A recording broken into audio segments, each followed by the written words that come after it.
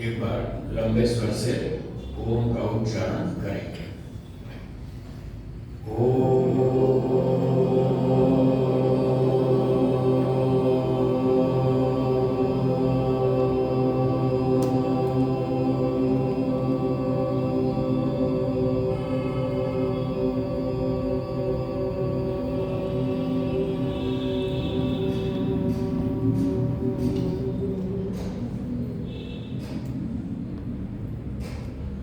उपस्थित विद्वद्गण, धर्म प्रेमी सज्जनों, माताओं और बहनों,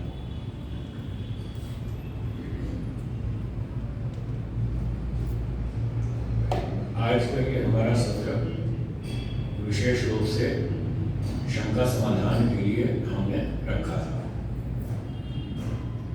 आपकी कुछ शंकाएं लिखी हुई आई हैं क्या? नहीं आई। हाँ बोलिए, शंका समाधान प्रमुख है। आपकी जो शंकाएं हैं उसको प्राथमिकता देंगे। पहले शंका समाधान करेंगे और फिर यदि बाद में समय बचा तो फिर प्रवचन की बात करेंगे। बोलिए। नमस्ते स्वामी जी। नमस्ते। मेरा प्रश्न है कि बच्चों को अध्यात्म में रुचि कैसे बना करके रखें। जैसे कि आजकल पाश्चात्य शिक्षा के लिए बच्चों को, और बैंगलोर का भी जो ट्रैफिक रहता है तो वो जल्दी निकलते हैं, शाम को देर से आते हैं, तो जो दैनिक यज्ञ है वो तो हो नहीं पाता, और संध्या में ऐसा होता है कि बच्चे सो जाते हैं, और क्योंकि वो इतने थक चुके होते हैं। और कई बार तो ये होता है कि रात का भोजन भी छूट जाता है, मतलब इतनी नींद आने लग जाती है उनको। कितनी उम्र के बच्चे? जो बड़ी बेटी है वो 10वीं में है और जो छोटा बेटा है वो 2वीं में है। ठीक है, इनके विषय में पूछ रहे हैं ना? जी जी, मुख्य रूप से। जी बहुत अच्छा। तो बच्चों को ईश्वर में, अध्यात्म में रुचि कैसे उत्पन्न करें? पहला प्रश्न। बैठ जाइए। पहला प्रश्न ये है, माइक अपने पास रखिए अभी, क्योंकि आपकी बातचीत चल रही है, मुझे फिर बीच में काउंटर क्वेश्चन पूछना पड़ा तो आपको उत्तर देना होगा, इसलिए माइक अपने पास ही रखें। तो बच्चों की रुचि कैसे बनाएं? जैसे कल मैंने आपकी रुचि बनाई थी, कल आपकी रुचि बनाई थी ना मोक्ष के लिए, जैसे मैंने आपकी बनाई आप अपने बच्चों की बनाओ। उनसे यही प्रश्न पूछें, आप क्या चाहते हैं? सुख कितने %? 100%। क्या यहाँ दुनिया में मिलता है? नहीं मिलता। बस ऐसी उसी का ही, जैसे मैंने आपको बताया, सुख सबको चाहिए, बच्चा हो, जवान हो, बूढ़ा हो, सबको सुख चाहिए। सबको 100% चाहिए, 80% में कोई तैयार नहीं। एक जगह मैंने पूछा आपको सुख चाहिए? बोले चाहिए। मैंने कहा कितने %? बोले 80% चलेगा। मैंने कहा सोच लो, 80% चलेगा? बोला चलेगा। मैंने कहा ठीक है, हम आपको 10 दिन खाना खिलाएंगे, 8 दिन अच्छा खिलाएंगे, 2 दिन कम कर डालेंगे भोजन में, 2 दिन खाओगे? बोला नहीं। मैंने कहा आप तो पहले थे 80% चलेगा, अब क्या हुआ? इतनी जल्दी बदल गए? तो लोग पूरी तरह से सोचते नहीं है, हल्की फुल्की बात करते हैं, बिना गहराई से सोचे बात करते हैं, इसलिए 80% कहते हैं। हमसे पूरा अच्छा सोचकर बोलेंगे तो 100% ही कहेंगे। बच्चे हो या बड़े हो, कोई भी हो, सबको 100% सुख चाहिए। तो जब 100% सुख चाहिए तो उनसे पूछिए, क्या यहाँ संसार में 100% सुख मिलता है? नहीं मिलता। ये उनसे प्रश्न पूछिए, प्रश्नोत्तर, ये सबसे बढ़िया शैली है, वेदों में बताई है प्रश्नोत्तर शैली। इस शैली से हम बहुत जल्दी बात को समझ सकते हैं और समझा सकते हैं। थोड़े समय में बहुत सारी बातें समझा सकते हैं। इस शैली का नाम है प्रश्नोत्तर शैली। सभी ऋषियों ने अपने ग्रंथों में इसी शैली का प्रयोग किया। सत्याग्रह प्रकाश तो आपने देखा ही, पढ़ाई है, उसमें देखिए प्रश्न उत्तर सब वेदों में से आया। वेदों में बहुत से ऐसे मंत्र हैं जिनमें प्रश्न और उत्तर दिए। उदाहरण के लिए यजुर्वेद का एक मंत्र है, कस्त्वा विमुंचति, सत्वा विमुंचति, कस्मै त्वा विमुंचति, तस्मै विमुंचति। देखो प्रश्न भी और उत्तर भी इसी मंत्र में। तो ये बहुत अच्छी शैली है, इस प्रकार से बच्चों से प्रश्न पूछें। तो प्रश्न पूछने से क्या होता है, बच्चे के दिमाग पर जोर पड़ेगा, उसका उत्तर सोचेगा। आप बताते जाएंगे तो उसके दिमाग में जोर नहीं पड़ेगा, तो वो गहराई में उतरेगा ही नहीं। जब आप प्रश्न पूछेंगे तो उसको सोचना पड़ेगा, दिमाग में जोर डालना पड़ेगा, और फिर वो सोचेगा तो उसकी बुद्धि का विकास होगा और सही उत्तर तक वो पहुंच जाएगा। जहाँ कहीं थोड़ी कमी रहेगी वो आप ठीक कर दीजिएगा। तो उससे पूछें 100% सुख यहाँ मिलता है, वो कहेगा नहीं मिलता है। आपको कितना चाहिए? 100%। यहाँ तो मिलता नहीं, यहाँ तो स्कूल जाओ, कॉलेज जाओ, डिग्री लो, पैसे कमाओ, कंपनी में जॉब करो, व्यापार करो, खाओ पियो, बंगला बनाओ, कार खरीदो, फिर क्या? वो सुख तो पूरा तो मिलता नहीं। फिर एक सुख मिलता है, 4 दुख मिलते हैं। ये भी उनको समझाइए कि इन भौतिक वस्तुओं की प्राप्ति में केवल सुख नहीं है, साथ में दुख भी है। तो एक व्यक्ति ने कार खरीद ली, अच्छी 75 लाख की मर्सिडीज।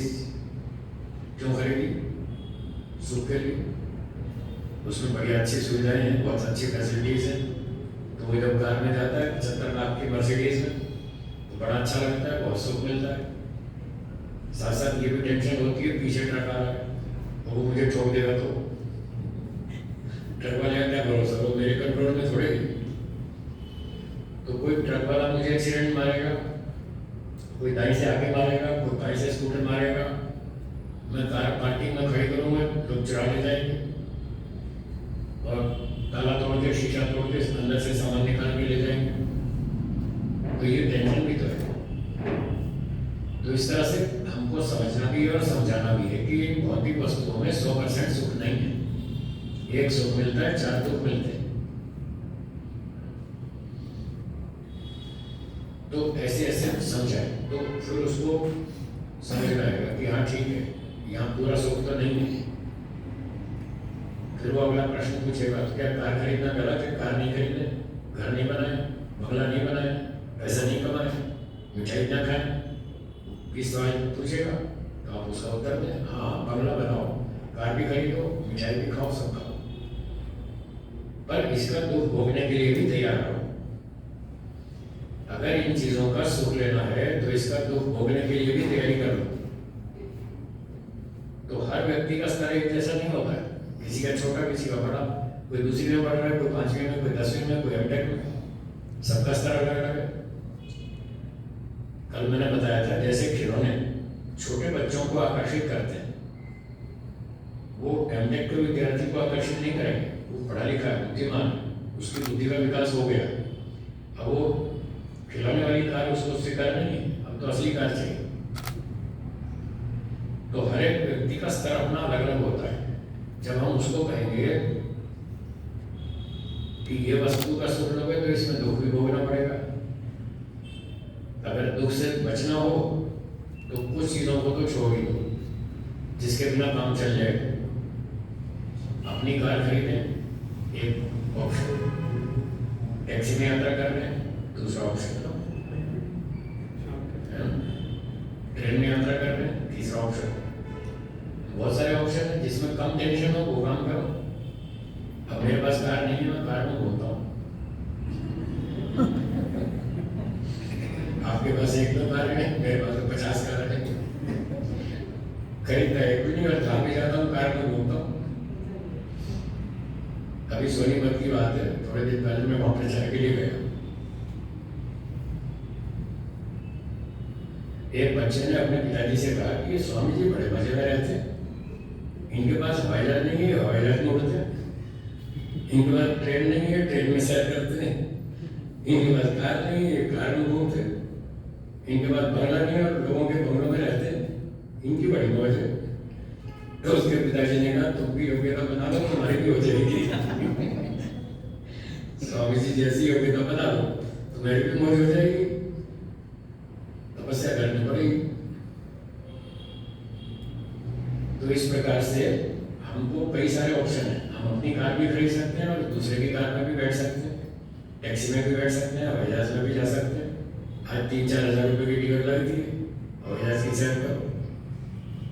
अब इतना करोड़ों का हवाई जहाज खरीदे हैं, उससे अच्छा है ना 4,000 की टिकट लो और सैर करो।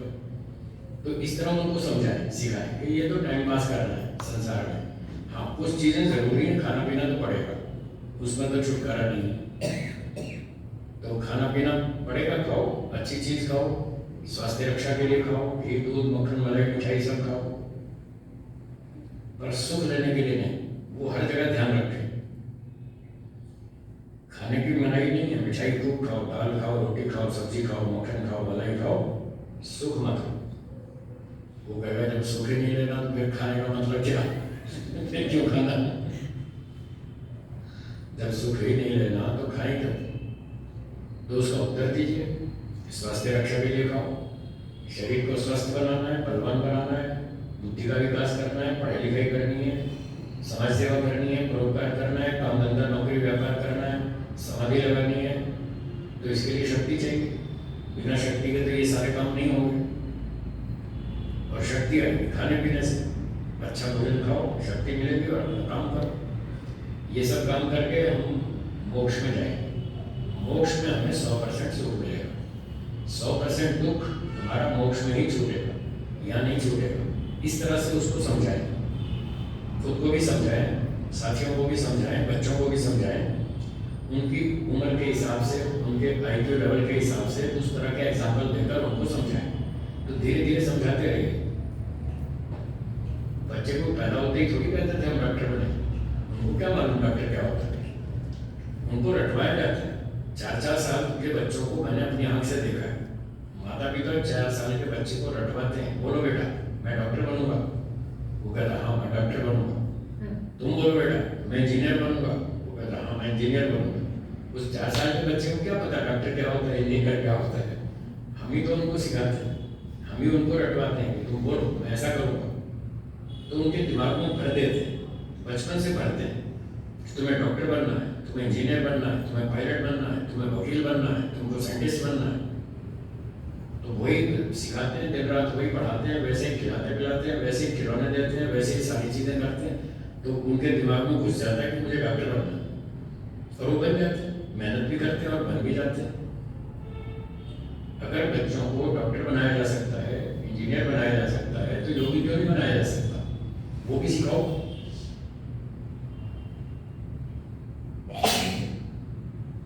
अगर बच्चों को बचपन से ये बात सिखाई जाए कि तुमको योगी बनना है, तुमको मोक्ष में जाना है, तुमको परोपकार करना है, तुमको सन्यासी बनना है, तुमको विद्वान बनना है, अगर ये सिखाया जाए तो वो ऐसे भी बनेंगे। पर माता पिता सिखाते ही नहीं, तो फिर कैसे बनेंगे? उनको जो सिखाते हैं वो वही बनेंगे। एक तो पिछले जन्मों के संस्कार हैं उनके बहुत सारे, कि हमें ये करना है, खाना पीना मौज करनी, वो संस्कार भी तो है। और साथ साथ ये बात माता पिता भी सिखा रहे हैं, तो वही बनेंगे। बचपन से उनको ये सिखाया जाए। मुझे ये बात सिखाई गई, हमारे पिताजी ने 5 साल की उम्र में, चलो छोटे तो बच्चे थे, 5 साल से कम तो ठीक है, चलो 5 साल की उम्र से ये नियम लगा दिया सुबह रोज हवन करना है, और सुबह हवन नहीं करोगे तो नाश्ता नहीं देंगे, शाम को संध्या करनी है, शाम को संध्या नहीं की तो रात का खाना नहीं देंगे। हमको सिखाया है तुमको हवन करना है, तुमको संध्या करनी है, तुमको आर्य समाज में जाना है, तुमको प्रवचन सुनना है, तुमको वेद पाठ करना है, तुमको वेद स्वाध्याय करना है। हर रोज हम वेद पाठ करते थे घर। 20 साल की उम्र तक, बचपन में मैंने 20 साल की उम्र तक यजुर्वेद को 101 बार कंप्लीट पढ़ा, 101 बार पूरा यजुर्वेद। आप बताइए कौन सिखाता है अपने बच्चों को कि तुमको यजुर्वेद पढ़ना है? 101 बार पूरा। तो ऐसे अगर बच्चों को सिखाया जाए, संस्कार दिए जाए, तो वो फिर इस तरह से बनेंगे। अब मैं दिल्ली का रहने वाला हूँ, मेरा जन्म दिल्ली का है, बचपन सारा दिल्ली में बीता, दिल्ली यूनिवर्सिटी में पढ़ा, B.Com का विद्यार्थी था। आप सोचो दिल्ली यूनिवर्सिटी का विद्यार्थी सन्यासी बनते आज की तारीख में तो कल्पना करना ही मुश्किल है कि DU का विद्यार्थी जो है वो सन्यासी बनेगा। और देखो मैं आपके सामने बैठा हूँ, पर ये दिल्ली यूनिवर्सिटी के कारण सन्यासी नहीं बना, ये मेरे माता पिता की मेहनत से बना। उन्होंने हमको स्कूल में पढ़ाया, कॉलेज में पढ़ाया, लेकिन घर में पूरा टाइट रखा। तुम्हें धार्मिक बनना है, पहले धार्मिक बनना है, फिर स्कूल जाना। जो बच्चे धार्मिक नहीं बनेंगे उनको स्कूल नहीं भेजेंगे। ऐसा नियम लगाओ, देखो सब बच्चे सीधे बनेंगे। जो धार्मिक नहीं बनेगा, हवन नहीं करेगा, संध्या नहीं करेगा, उसको स्कूल नहीं भेजेंगे, उसको अनपढ़ रखेंगे। देखो सारे के सारे सुधर जाएंगे। सुधारने के तरीके हैं, उनका खाना बंद करो, उनका नाश्ता बंद करो, उनकी फैसिलिटीज बंद करो, देखो अपने आप आ जाएंगे पकड़ी के। आप बड़े लोग हैं, आप समझदार हैं, आपके पास सत्ता है, अधिकार है, संपत्ति है, ताकत है, विद्या है, बुद्धि है, सब कुछ है। आप जैसे बच्चों को बनाओगे वैसा बनेंगे। तो इस प्रकार से उनको बताएं, समझाएं, इसका फायदा बताएं कि मोक्ष में जाने से ये फायदा है। और नहीं जाओगे तो यहीं चक्कर काटते रहोगे, पीछे भी पता नहीं कितने लाखों जन्म हो गए, ऐसे आगे भी होते रहेंगे। और जब भी जन्म लेंगे हर बार स्कूल जाना पड़ेगा। ये सबसे बड़ी समस्या है, स्कूल जाना। कोई बच्चे स्कूल जाना नहीं चाहते, जबरदस्ती थप्पड़ मार मार के भेजते हैं उनको, चलो स्कूल जाना पड़ेगा। तो रो के जाते हैं, धीरे धीरे वैसे ही जाते हैं, लेकिन शुरू में कोई जाना नहीं चाहता, सब रो के जाते हैं। तो ऐसे उनको सिखाया, बच्चों को ऐसे सिखाइए। ये आँख किसने बनाया? भगवान ने। ये कान किसने बनाया? भगवान ने। ये हाथ किसने दिए? भगवान ने। तो ऐसे उनको भगवान के साथ जोड़िए। जो उदाहरण वो समझते हैं, आँख, कान, नाक, हाथ, पैर, ये तो समझते हैं ना। तो ये सारी चीज़ें भगवान ने आपको दी बना करके। तो इसलिए भगवान को जानना चाहिए कि भगवान कौन है, वो हमको ये सारी चीज़ें क्यों दे रहा है। ऐसे स्टेप बाय स्टेप छोटी छोटी बातें उनको बताएं, सिखाएं, तो धीरे धीरे उनको समझ में आ जाएगा कि हाँ, हमको भगवान को भी जानना चाहिए, संसार को भी जानना चाहिए और आत्मा को भी, तीनों चीज़ों को जानना चाहिए। जब तक तीन चीज़ों को ठीक से नहीं जानेंगे, दुख से नहीं छूट सकते। ना हमारा जीवन सफल होगा, ना बच्चों का, किसी का भी नहीं होगा। ठीक है, तो इस प्रकार से उनको बताएं। जी बोलिए, आप माइक दे दीजिए। हाँ बोलिए।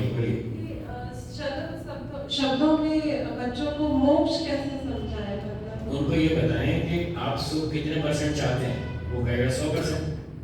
अच्छा, दुख चाहते हैं या बचना चाहते हैं, दुख से छूटना चाहते हैं, वो कहेगा छूटना चाहता हूँ। तो उसको कहो मोक्ष में ये दोनों बातें होती हैं। 100% सुख चाहिए, मोक्ष में मिलता है, यहाँ नहीं। 100% दुख से छूटना है, मोक्ष में होगा, यहाँ नहीं। ऐसे उनको तुलना करके समझाए। यहाँ ये दोनों काम पूरे नहीं होंगे संसार में, मोक्ष में हो जाएंगे, इसलिए मोक्ष हमारा लक्ष्य है। ऐसे ठीक। हाँ, धन्यवाद। डॉक्टर साहब बोलिए। जी बोलिए। श्रद्धेय स्वामी जी, प्रणाम। जी नमस्ते। मेरा निवेदन ये है कि अभी बच्चों के लिए तो आपने बताया ही जी कैसे सुधरें, लेकिन बड़े नहीं सुधरेंगे तो बच्चे कैसे सुधरेंगे? तो उसी बड़ों के सुधार के लिए पूछ रहे हैं। हाँ, बड़े मतलब 30, 35, 40, 50 वाले नहीं हो मेरी उम्र आपकी उम्र के, आपके लिए भी एक ही फॉर्मूला है। हाँ अगर अच्छे काम नहीं किए, जी, योगाभ्यास नहीं किया, मोक्ष को लक्ष्य नहीं बनाया, तो अगले जन्म में फिर स्कूल जाना पड़ेगा। आपके लिए भी वही दंड है, आपके लिए भी वही दंड है, आपको स्कूल जाना पड़ेगा। आप पढ़ के मुश्किल से यहाँ तक बने, डॉक्टर बने, जीवन भर आपने सेवा की डॉक्टरी करके, ठीक है, अच्छा काम किया, बुद्धिमान है, पढ़े लिखे हैं, पैसे कमाए, खाया पिया, परिवार चलाया। अब इतना पढ़ने लिखने के बाद, इतने संसार में दुख झेलने के बाद, जब अगले जन्म में जाएंगे तो फिर वापस स्कूल जाना पड़ेगा। सारी पढ़ाई LKG से दोबारा पढ़नी पड़ेगी। बोलिए, समस्या है या नहीं? जी। इस समस्या को 1000 बार देखें। कितनी बार? 1000 बार देखें, दिमाग से सोचें, 1000 बार सोचें, मुझे स्कूल जाना पड़ेगा, मैं नहीं जाना चाहता हूँ, मुझे जाना पड़ेगा। मैं स्कूल में वापस LKG में ABCD नहीं सीखना चाहता, पर आपको करना पड़ेगा। 1000 बार सोचिए, आप भी सुधर जाएंगे, सब सुधर जाएंगे। तरीका यही है। तो दुख से व्यक्ति घबराता है, ये मनोविज्ञान। हाँ या ना? हाँ। तो जन्म लेने में दुख है, इस बात को बार बार सोचें, 1000 बार सोचें, 5000 बार, 10,000 बार सोचें, तो आपको समझ में आ जाएगा कि मोक्ष में जाना ही ठीक है, यहाँ रहना ठीक नहीं है। क्या ये आपका पहला जन्म है? नहीं। नहीं। पहले कितने जन्म ले चुके आप? पता नहीं, भूल जाते हैं। जी। अब मान लो कल्पना करते हैं 5 लाख जन्म आपके अब तक हो चुके, इस जन्म से पहले 5 लाख, मैं तो 5 थोड़े ही बता रहा हूँ, 5 करोड़ भी हो सकते हैं, 10 करोड़ भी हो सकते हैं, हमें पता नहीं, इसलिए कल्पना कर रहे हैं। चलो छोटी सी कल्पना करते हैं कि अब तक 5 लाख जन्म ले लिए। सोचिए पिछले 5 लाख जन्मों में क्या किया?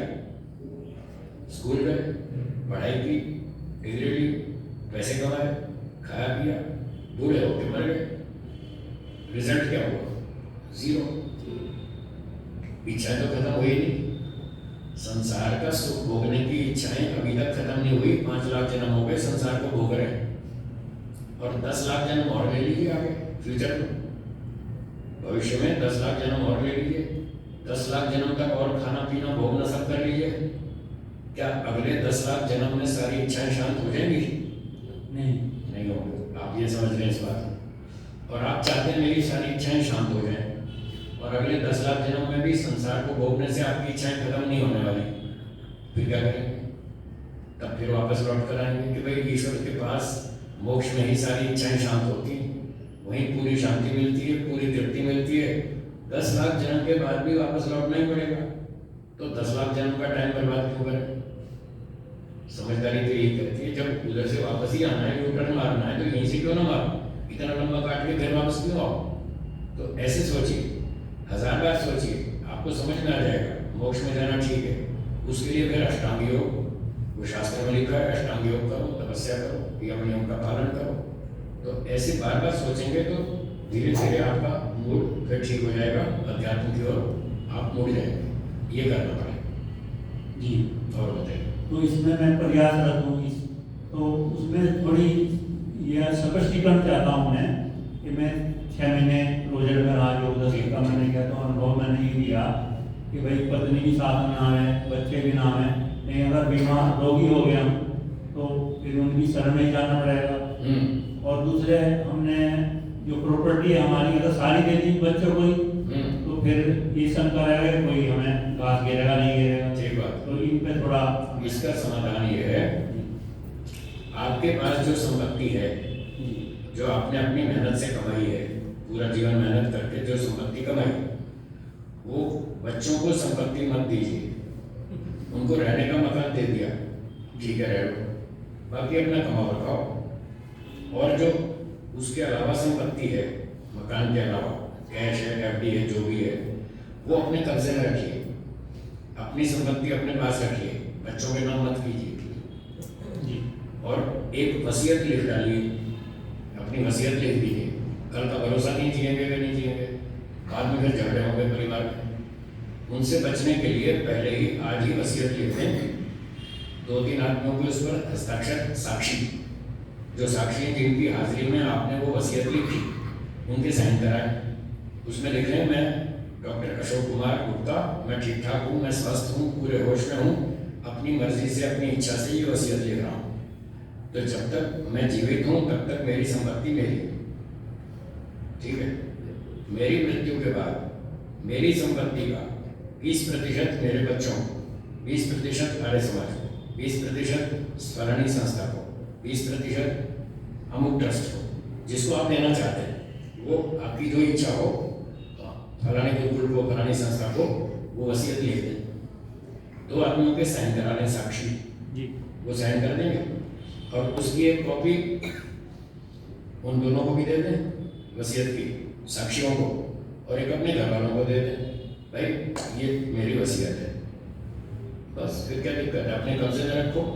और मान लो आप वानप्रस्थ में हैं, आश्रम में रहते हैं, अभी 4-5 साल 10 साल शरीर आपका ठीक है, तब तक साधना करें, और जब रोगी हो गए, वृद्ध हो गए, हाथ पैर काम नहीं करते, नौकर सेवक मिलता नहीं, फिर वापस घर जाना पड़े, तो घर जाइए, वो विल आपके पास है, उसकी कॉपी उन्होंने आपने दे ही रखी है, तो 20% संपत्ति उनको मिलने वाली है, घर वालों को, वो आपकी सेवा कर देंगे। जब तक जीवित रहेंगे तब तक आपका अधिकार, मरने के बाद उनका। तो इस प्रकार से करना चाहिए। पूरी संपत्ति उनके नाम मत कीजिएगा, नहीं तो कहेंगे अच्छा पिताजी नमस्ते पधारो, फिर ना कोई सेवा करेगा ना घर में घुसने देगा। तो संपत्ति एक है जो आपकी सेवा करवा देगी, ये उपाय। जी, तो जैसे हम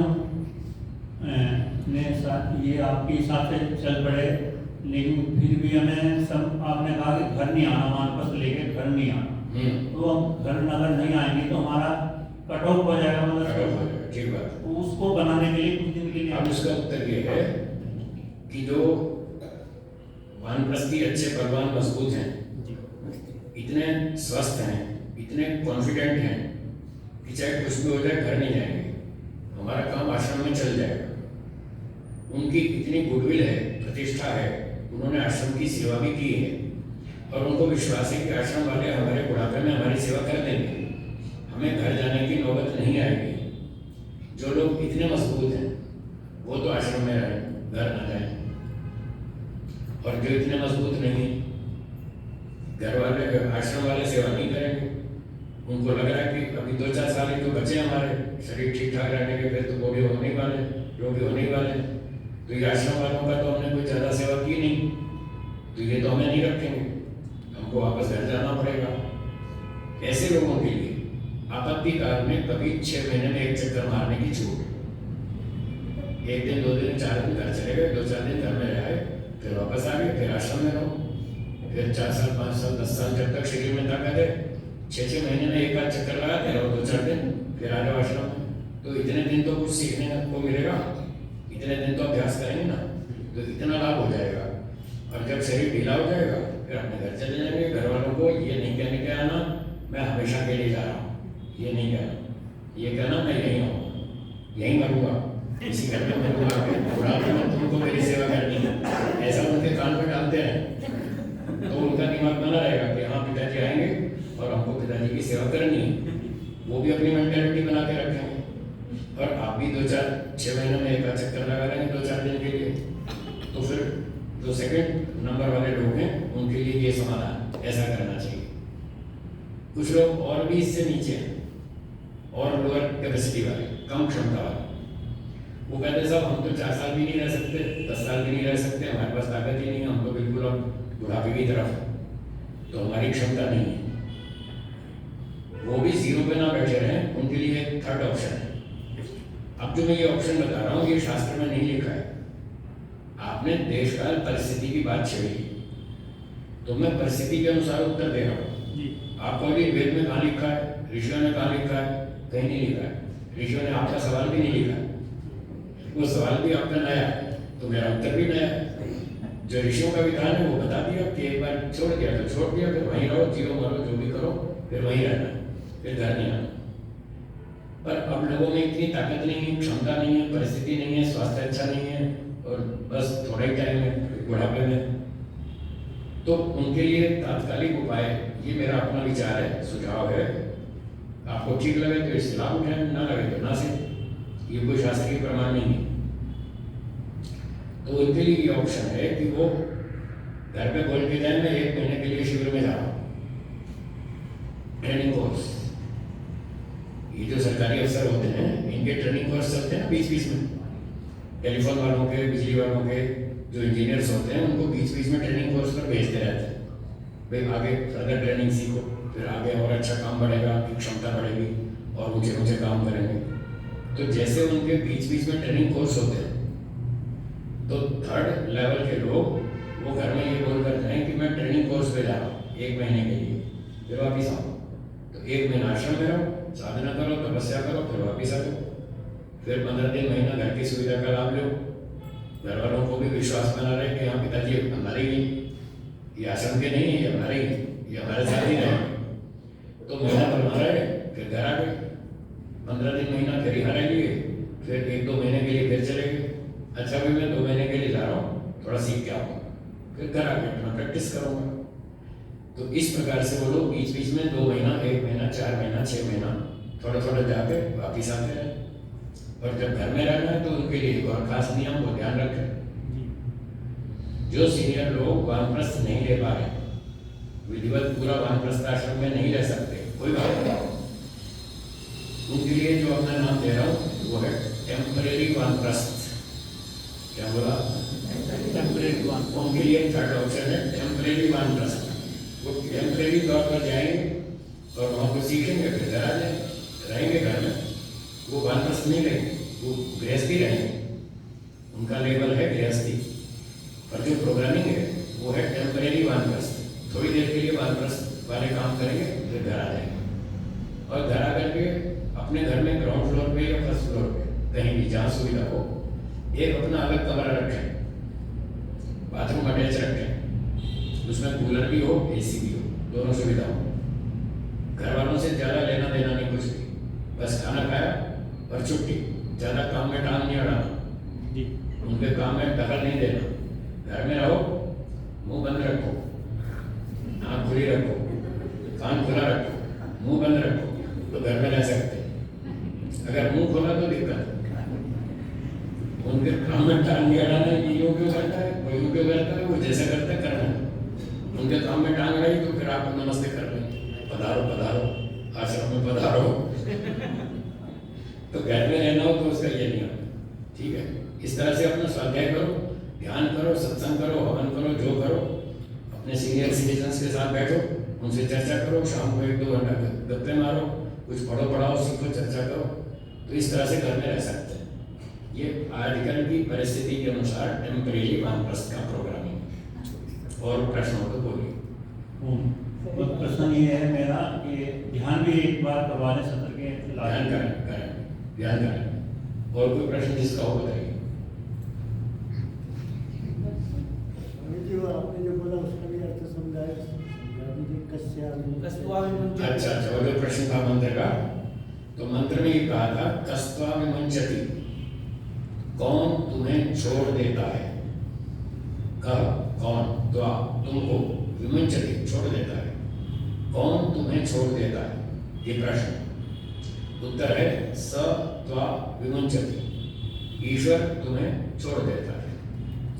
कस्मै त्वा विमुंचति, इसलिए छोड़ देता है।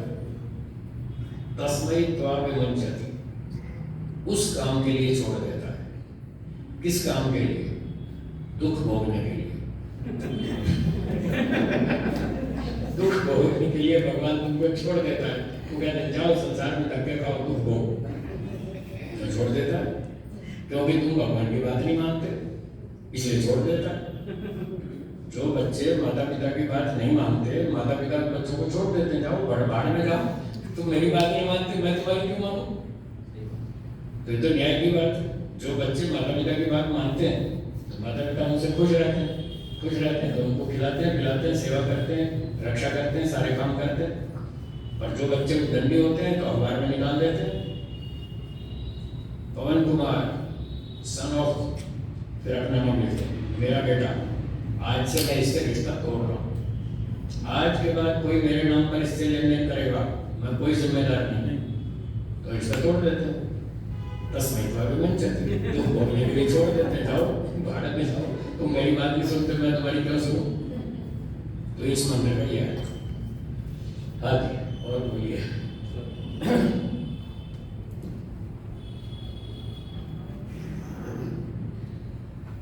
स्वामी जी नमस्ते। नमस्ते। थोड़ा सा विषय बदल रहा हूँ मैं, कार्बन पद का विषय। आजकल मतलब काफ़ी अपार्टमेंट्स में रहते हैं, बहुत जगह देखते हैं कि आजकल डिसेबिलिटी वाले मतलब जो बच्चे हैं वो मतलब जैसे किसी को मेंटल प्रॉब्लम है, किसी को आँख से नहीं दिखता है, तो सवाल ये कि हमको अपने जन्म का तो पता है कि हम अगर अपने कर्म फल के हिसाब से जो प्रारब्ध होगा उस हिसाब से अपनी जो जिस योनि में जन्म लेगा, तो बच्चे का तो जन्म जिस परिवार में होगा अपने कर्म फल के हिसाब से होगा। जिन पेरेंट्स को जो मतलब जिस तरह के बच्चे हैं तो उनका भी ये कर्म फल का उनका कुछ फल है या फिर मतलब ये नेचुरल किसी के साथ भी हो सकता है? आपका प्रश्न ये है कि जो बच्चे मानसिक शारीरिक रूप से कमजोर हैं, मेंटली रिटार्डेड, फिजिकली चैलेंज्ड, जिन परिवारों में उन बच्चों का जन्म हुआ, वो उनका तो कर्म फल है ही। अब प्रश्न आपका ये है कि जो उनके पेरेंट्स हैं वो भी तो उस बच्चे के साथ दुख भोग रहे हैं, क्या उनका भी ये कर्म फल है? ये आपका प्रश्न है। तो मेरा उत्तर है जी हाँ, ये पेरेंट्स का भी कर्म फल है। न्याय दर्शन के वात्स्यायन भाष्य में ये बात लिखी है, तीसरे चौथे अध्याय में एक सूत्र के भाष्य में लिखी है कि जब किसी संतान को किसी माता पिता के घर में जन्म देना होता है, ईश्वर ने कहीं जन्म देना है किसी संतान को, तो वह तीनों के कर्म आपस में मैच करता है। माता पिता और संतान, जो संतान आने वाली है उसके कर्म, और ये जो माता पिता जिसके घर जन्म देंगे, इन तीनों के कर्म आपस में मिलते जुलते हो, तब उस आत्मा को इस परिवार में जन्म देने लगे। तो बच्चा अगर रोगी है, विकलांग है, तो उसका भी तो कर्म फल है, और इसके माता पिता का भी कर्म खराब है, इसलिए ऐसी संतान भेजिए, तीनों मिलकर इकट्ठे अपना कर्म फल भोगो। और तीनों के कर्म अच्छे हैं तो ईश्वर अच्छी संतान भेजेगा, माता पिता के भी अच्छे हैं तो तीनों इकट्ठे मिलजुल कर सुखी रहेंगे, तो तीनों मिलकर सुख भोगेंगे। अगर तीनों ने गड़बड़ की है तो तीनों को दुख भोगना, ये तीनों के कर्मों का फल। जी, और कोई प्रश्न हो तो बोलिए। जी बोलिए, क्या नाम बताया था आपने? मेरा नाम संतोष। है जी, संतोष। संतोष जी बोलिए। अभी जी मैडम, पुरुषार्थ प्रतिष्ठा के बारे में थोड़ा बताइए। किस विषय में? धर्म अर्थ काम मोक्ष में। धर्म अर्थ काम मोक्ष। अच्छा ठीक है। धर्म अर्थ काम और मोक्ष, इन चार के विषय में जानना चाहते हैं। बहुत अच्छा। धर्म का मतलब है जो ईश्वर वेदों में आदेश देता है, ये काम करो, ये काम मत करो। ईश्वर ने ये संसार बनाया, हाँ या ना? ये संसार ईश्वर ने बनाया, हाँ या ना? ईश्वर इस संसार का राजा है, हम उसकी प्रजा है। तो राजा ये चाहता है कि जो मेरी प्रजा है वो मेरे इलाके में रहे, ठाक से रहे, आराम से रहे, कानून का पालन करे, सुख से जिए, खुद भी सुखी रहे, दूसरों को भी सुख दे, किसी को परेशान ना करे। प्रत्येक राजा ऐसा चाहता है, ईश्वर भी चाहता है, वो सारी दुनिया का राजा है, सबसे बड़ा मालिक है, सबका राजा है, सबका गुरु है, सबका आचार्य है, सबका न्यायाधीश है। तो अपने राज्य को सुव्यवस्थित चलाने के लिए ईश्वर ने चार वेदों में बताया, सच बोलो, झूठ मत बोलो, प्रेम से रहो, गुस्सा मत करो, लड़ाई झगड़ा मत करो, न्याय से व्यवहार करो, अन्याय मत करो, किसी को मूर्ख मत बनाओ, धोखा मत दो, छल कपट मत करो, यज्ञ करो, संध्या करो, उपासना करो, स्वाध्याय करो, शास्त्रों को पढ़ो, सेवा करो, परोपकार करो, माता पिता की रक्षा करो, प्राणियों की रक्षा करो, अच्छे काम करो, समाधि लगाओ, अविद्या का नाश करो, मोक्ष में जाओ। ये सारी काम बताए। तो जो जो करने के काम हैं, ये काम करो, उनको करना, ये धर्म है। चार में से पहली चीज धर्म। ईश्वर ने वेदों में जो जो काम करने को बताए, ये काम करो, उनको करना, ये धर्म है। और जो मना किए, झूठ मत बोलो, चोरी मत करो, छल कपट मत करो, धोखा मत दो, अन्याय मत करो, जो मना किए उनको करना अधर्म है। धर्म और अधर्म समझ में आया? संतोष जी? हाँ जी। आ गया? एक तो आ गया समझ में? हाँ जी। हाँ। अब दूसरा है अर्थ। अर्थ का मतलब पैसे कमाओ। कैसे कमाओ? धर्म पूर्वक। धर्म पूर्वक धन कमाओ, इसका नाम है अर्थ। तो जो जो करने को कहा, सच्चाई से पैसे कमाओ, ईमानदारी से कमाओ, बुद्धिमत्ता से कमाओ, मेहनत से कमाओ, लकड़ी बेचो, कपड़ा बेचो, मिठाई बेचो, जमीन बेचो, कार बेचो, स्टेशनरी बेचो, विद्या पढ़ाओ, टीचर बनो, प्रचारक बनो, जो जो काम करने को बताए, उन कामों को करते हुए जो पैसा कमाएंगे उसका नाम है अर्थ। और जो मना किया, चोरी मत करो, रिश्वत मत लो, स्मगलिंग मत करो, ब्लैक मार्केटिंग मत करो, जो निषेध किया वो है अधर्म। अधर्म से यदि पैसे कमाएंगे उसका नाम है अनर्थ। क्या नाम? अनर्थ। अनर्थ। धर्म से कमाएंगे अर्थ, अधर्म से कमाएंगे अनर्थ। तो दोनों चीजें पैरेलल चल रही है, धर्म अधर्म, अर्थ अनर्थ। ठीक है। तीसरी वस्तु है काम। काम का मतलब जो आपने अर्थ कमाया, ईमानदारी से, मेहनत से, बुद्धिमत्ता से जो धन कमाया वेदानुकूल आचरण करके, उस अर्थ से अपने जीवन की आवश्यकताएं पूरी करो। रोटी खरीदो, कपड़ा खरीदो, मकान खरीदो, कार खरीदो, सारी जो आवश्यकता की वस्तुएं वो खरीदो और अपने जीवन की रक्षा करो, जीवन को चलाओ। ये है काम। काम में तो दुख है, है कामना में तो दुख है बताया था। कामना में दुख है, हाँ, उसमें दुख नहीं बताया। सुख लेने में दुख है। काम का मतलब आवश्यकताएं पूरी करो, सुख नहीं लेना। सुख लेना अलग चीज है, जीवन रक्षा करना अलग चीज है। जीवन रक्षा के लिए कार खरीदो, मकान बनाओ, और अगर आपको उसमें से दुख दिखता हो कार खरीदने में तो मत खरीदो, जैसे मैं नहीं खरीदता। वैसे दुख दिखता है, मैं नहीं खरीदता। आपको दुख दिखता है, बंगला मत बनाओ, मैं नहीं बनाता, मैं दूसरे के बंगले में रहता हूँ, आप भी रहो। तो वो तो अलग बात है। जब दुख दिखने लगे तब छोड़ देना। जब तक दुख नहीं दिखे, सुख दिखे, तब तक बंगला बनाओ, कार खरीदो, खाना पीना खरीदो, सारा काम करो, पर धर्म पूर्वक, धर्म का आचरण करते हुए बुद्धिमत्ता, मेहनत और ईमानदारी से कार खरीदो, सारे काम करो, उसका सुख भी लो और दुख भी लो। जब दुख भोगेंगे तभी तो अक्ल आएगी, तभी तो बुद्धि ठीक होगी ना कि इसमें दुख है, तब छोड़ देंगे।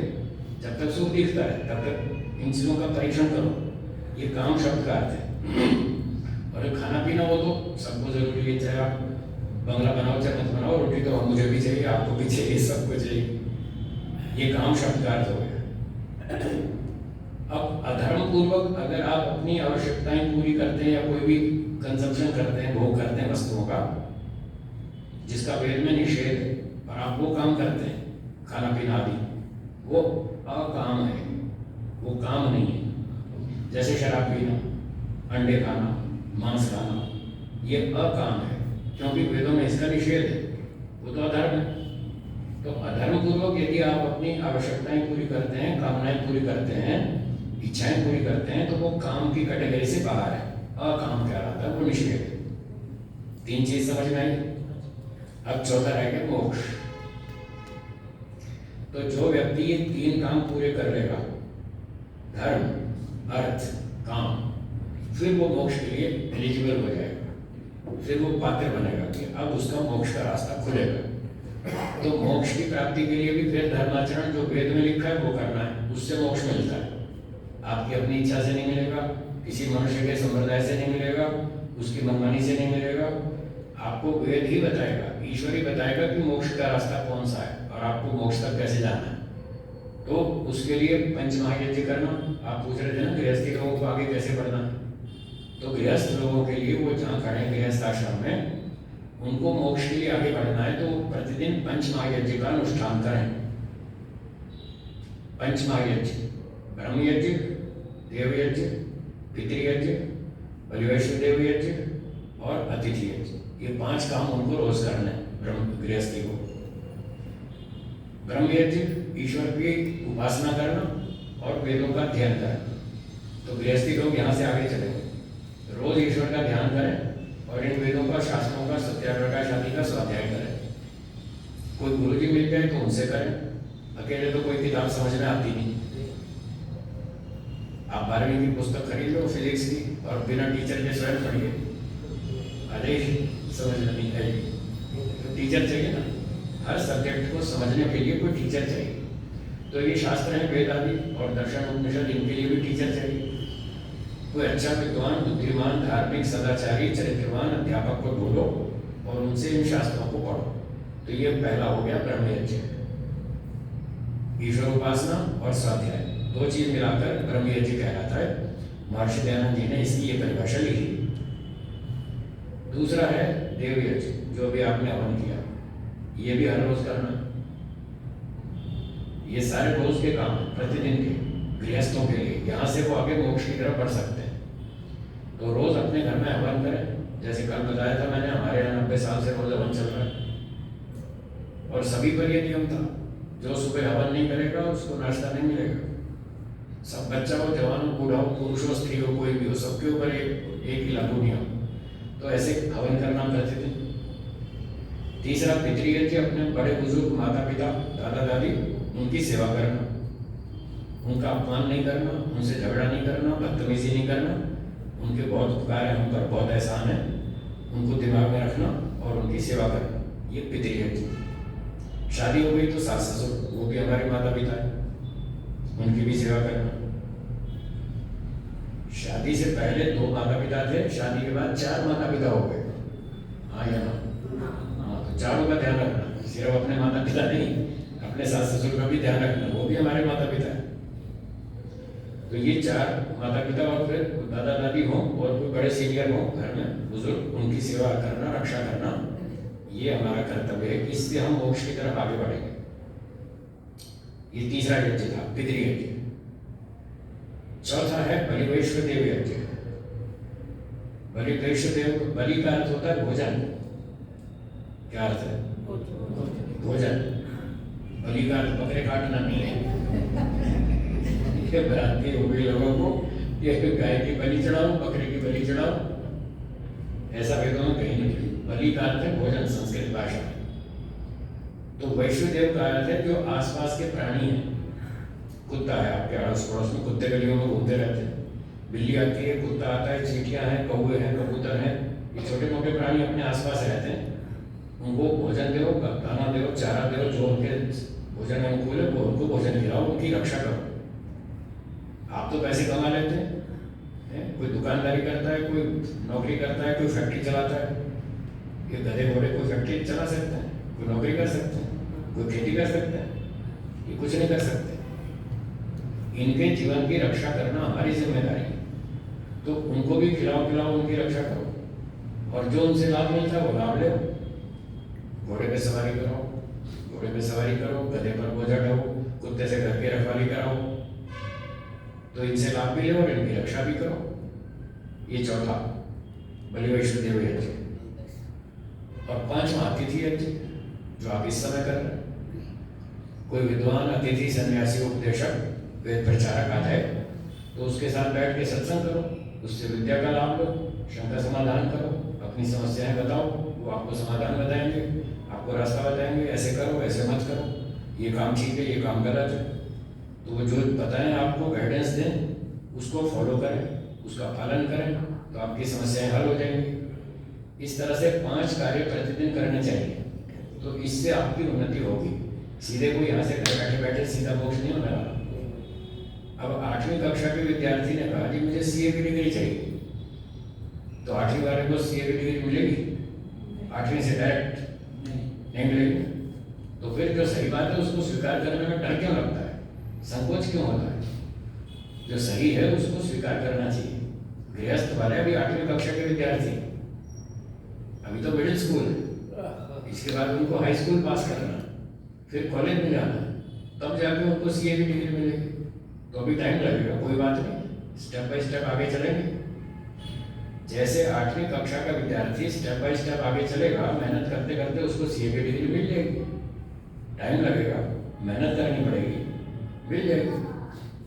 तो इसी तरह से जो गृहस्थ व्यक्ति है वो ये 5 यज्ञ करेगा, रोज तपस्या करेगा, पुरुषार्थ करेगा, धीरे धीरे उसकी योग्यता बढ़ेगी, फिर वो घर छोड़ के वानप्रस्थी बनेगा, वानप्रस्थ में फिर और तपस्या करेगा, विद्या को पढ़ेगा, वैराग्य को ऊंचा उठाएगा, फिर संन्यास में जाएगा, फिर संन्यास में जाकर अपनी ध्यान समाधि भी लगाएगा और उपकार भी करेगा, समाज सेवा करेगा, निष्काम कर्म करेगा। ऐसे करते करते करते उसकी अविद्या का नाश होगा, मोह माया छोड़नी पड़ेगी। घर में रहकर मोह माया नहीं छूटती है, इसीलिए तो सन्यासी होगा, निकलो यहाँ से, घर में मत रहो, निकलो, दूर दूर जाओ, घूमते रहो, एक जगह मत टिको। एक जगह लंबे समय तक टिकने से फिर वहां पर राग द्वेष मोह माया बढ़ती है, और मोक्ष इसके बिना होगा नहीं कि मोह माया राग द्वेष सारा खत्म कर दिया जाए, इसके बिना मोक्ष होगा नहीं। इसलिए वेदों में बताया, ईश्वर ने सन्यासी को बताया तुमको एक जगह टिकना ही, घूमते रहो, चलो 3 दिन बंगलोर में, 3 दिन चेन्नई में, 3 दिन रायपुर में, 3 दिन लुधियाना में, 3 दिन दिल्ली में, 3 दिन अहमदाबाद में, चलते रहो। तो मैं वही करता हूँ ना, मैं यही काम करता हूँ, 3-4 दिन से ज़्यादा कहीं टिकता नहीं। हर 3-4 दिन में मेरा स्टेशन बदलता है, तो इस तरह से सन्यासी बनकर समाधि लगाकर और निष्काम कर्म करते हुए प्रचार संसार का उपकार करते हुए तब अविद्या का नाश होगा और तब जाके मोक्ष होगा। इसलिए मैं लोगों से कहता हूँ मैं तो मोक्ष में जा रहा हूँ, आपको आना है तो आओ, तैयारी करो।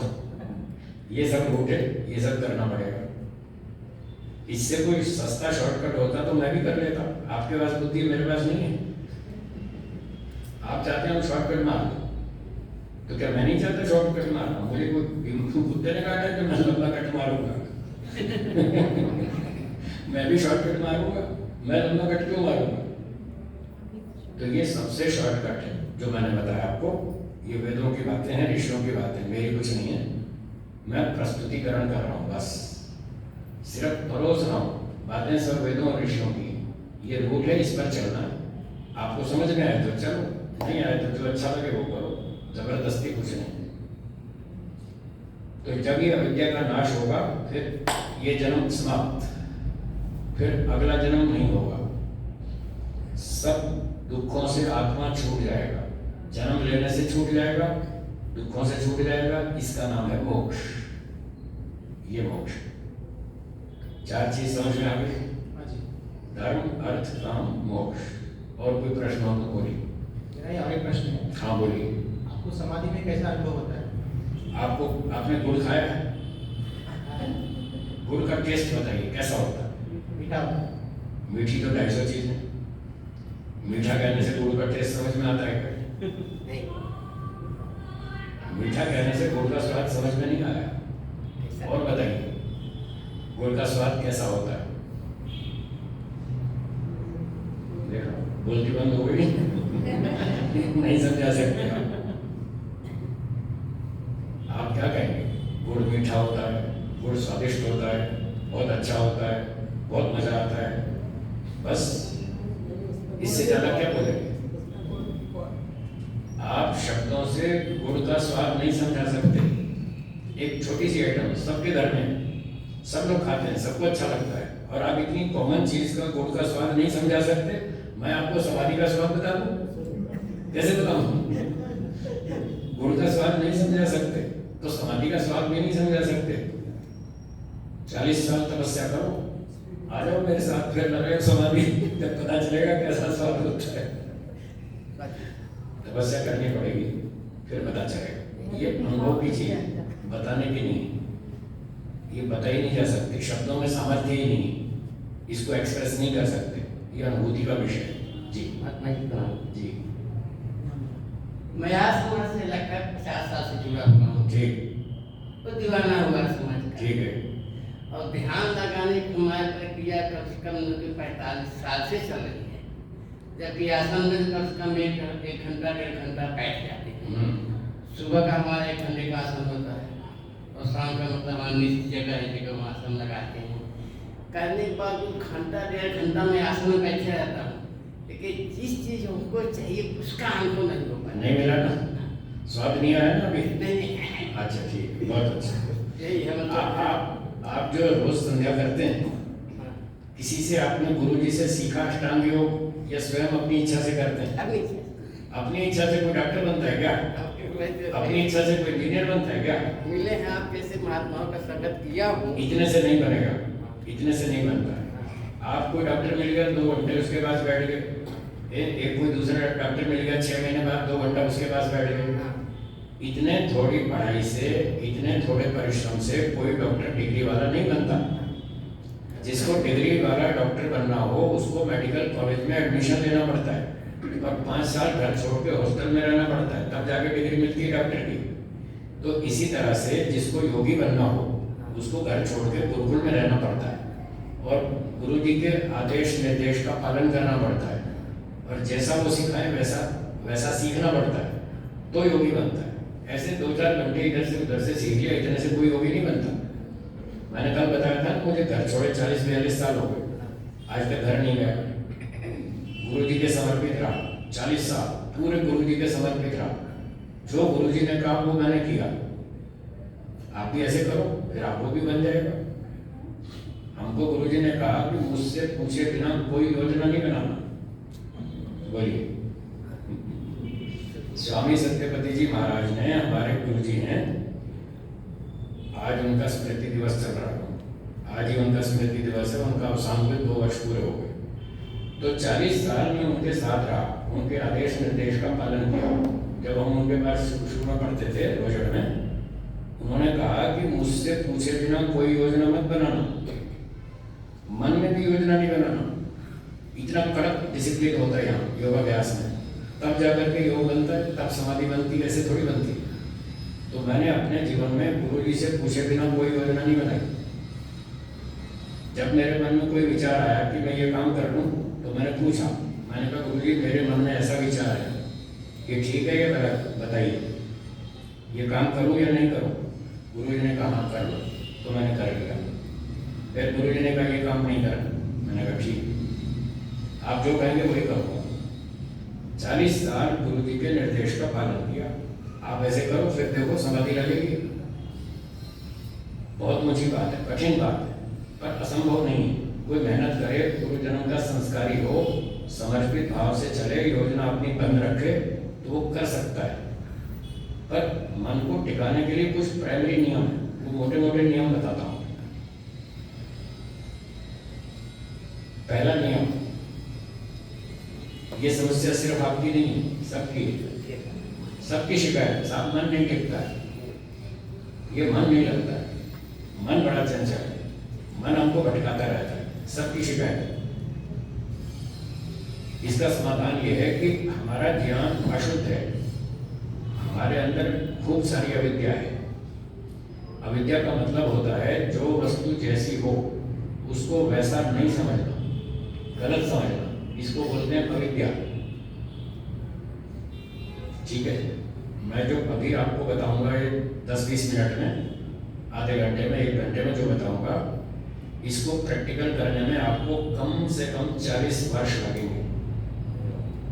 कितने? कम से कम 50 साल भी लग सकते हैं, 60-70 भी लग सकते हैं, हो सकता है पूरे जन्म में भी समाधि न लगे। बहुत कठिन काम, पर निराश नहीं होना, घबराना नहीं है। कोई बात नहीं, इस बार नहीं लगी तो अगली बार से सीखना तो है, कहीं ना कहीं से तो शुरू करेंगे। तो जो मूल सिद्धांत है पहले उसको समझें। मूल सिद्धांत ये है कि हमारे अंदर बहुत सारी ढेर सारी अविद्या बैठी है, और बचपन से लेकर आज तक आपने बहुत सारे सिद्धांत यहाँ बना रखे हैं।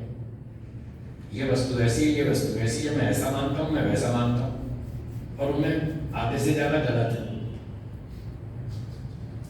जो आपके सर में दिमाग में बैठी है ना बातें, उनमें आधे से ज्यादा गलत है। और मैं कहूँगा ये बात गलत है, इसको छोड़ दो। आप कहेंगे कैसे छोड़ दो, मैं पागल हूँ क्या?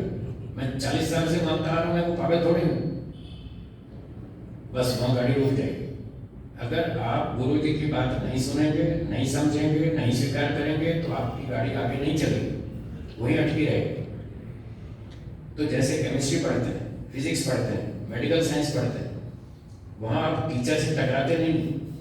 जो टीचर बताते हैं, जैसे बताते हैं, आप वैसे ही सीखते हैं, चुपचाप स्वीकार करते हैं, तो आपको फिजिक्स समझ में आती है, केमिस्ट्री समझ में आती है।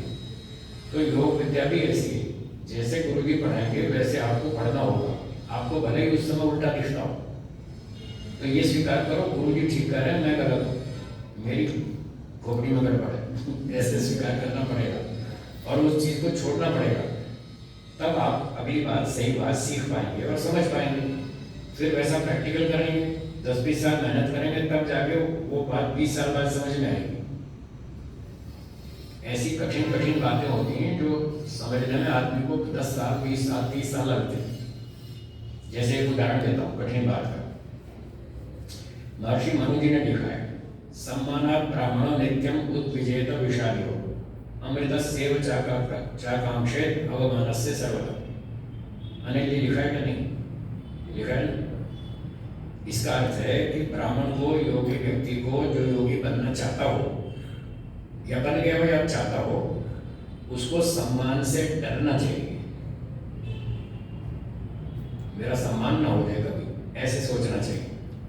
कितना डरना चाहिए? जैसे आदमी जहर से डरता है। ये जहर का उदाहरण दिया, विष।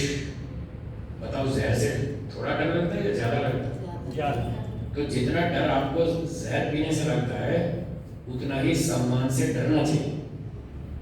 बोलो किसकी समझ में आई ये बात? खाली शब्दों से समझ रहे,